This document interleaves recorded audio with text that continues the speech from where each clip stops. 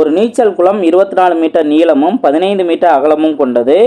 குறிப்பிட்ட எண்ணிக்கையிலான ஆண்கள் அந்த குளத்தில் குதிக்கும் போது நீரின் உயரம் 1 சென்டிமீட்டர் உயர்கிறது. ஒரு ஆண் சராசரியாக வெளியேற்றும் நீரின் அளவு 0.1 மீட்டர் கியூப் எனில் அந்த நீச்சல் குளத்தில் எத்தனை ஆண்கள் உள்ளனர் அப்படின்னு கொஸ்டின் கேட்டிருக்காங்க. ஸோ இதில் நம்ம ஒரு நீச்சல் குளம் அப்படின்னு சொல்லியிருக்கிறதுனால அது ஒரு கன செவ்வகம் அப்படிங்கிற கான்செப்ட் இருக்கும். அப்போ அதில் ஒரு குறிப்பிட்ட கன அளவு இருக்கும். அந்த கன அளவு தான் நம்ம இங்கே எடுத்துக்கணும். L/B/H இதுதான் வந்து கனசெவ்வகத்துக்கான கன அளவு. ஓகேவா? ஸோ அப்போ இதுக்கு அடுத்தது இந்த சராசரி அப்படிங்கிற கான்செப்ட் கொடுத்துருக்காங்களா, அதில் இருந்து நம்ம மொத்த அளவாக எடுத்துக்கணும். இப்போ சராசரிங்கிறத மொத்த அளவாக எடுத்துட்டோம்னா எத்தனை ஆண்கள் அங்கே இருந்திருப்பாங்க அப்படின்னு தெரியாது, அதை நம்ம எக்ஸ்ன்னு எடுத்துக்கலாம். ஓகேவா? எத்தனை ஆண்கள் இருப்பாங்கன்னு தெரியாது, எக்ஸ்ன்னு எடுத்துக்கலாம். ஆனால் சராசரியோட நம்ம அந்த எக்ஸ் வேல்யூவை மல்டிபிள் பண்ணிட்டோம்னா மொத்த வேல்யூ கிடச்சிடும். ஸோ அப்போ இதவே நம்ம வால்யூமுக்கு ஈக்குவலாக நம்ம எடுத்துக்கலாம்.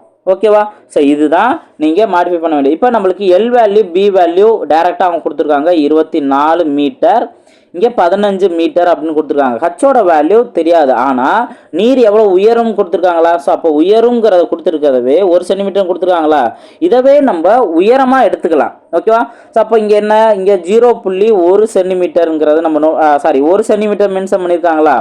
1 சென்டிமீட்டர் மென்ஷன் பண்ணியிருக்கிறத நம்ம என்ன பண்ணணும் அப்படின்னா மீட்டருக்கு நம்ம கன்வெர்ட் பண்ணணும். ஏன் அப்படின்னு பார்த்தோம்னா இங்கே 24 மீட்டர்னு கொடுத்துருக்காங்க, 15 மீட்டர்னு கொடுத்துருக்காங்க, அதுக்கப்புறம் இதுவும் மீட்டர் கியூப்ல இருக்குது. அப்போ இது ஒன்று மட்டும் சென்டிமீட்டர் இருக்கனால இதையும் நம்ம என்ன பண்ணணும், மீட்டராக மாற்றிடணும்.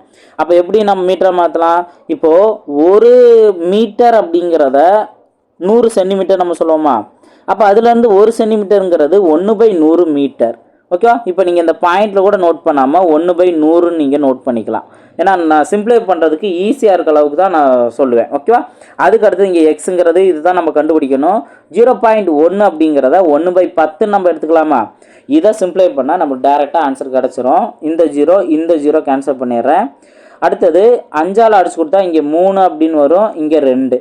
ஓகேவா? அதுக்கு அடுத்தது 2 12 2 24. இப்போ நம்ம மல்டிபிள் பண்ண நம்பர் என்ன, 12 × 3. இதை தான் நம்ம மல்டிபிள் பண்ணணும். 12 × 3 மல்டிபிள் பண்ணால் எக்ஸோட வேல்யூ கிடச்சிரும். 12 × 3 என்ன, 36. ஆப்ஷன் பி தான் அதற்கான சரியான ஆன்சர். கிளியருங்களா? ஸோ அப்போது இந்த மாதிரி மாடல்லாம் நிறையா இடத்துல நம்ம சாய்ஸ் புக்லேயே நம்ம பார்த்துருந்தோம். ஸோ அப்போ உயரம்ங்கிறது இல்லை அப்படின்னா இவங்க கொடுத்துருக்க அதே அளவே நம்ம யூஸ் பண்ணி ஆன்சர் கண்டுபிடிச்சிடலாம்.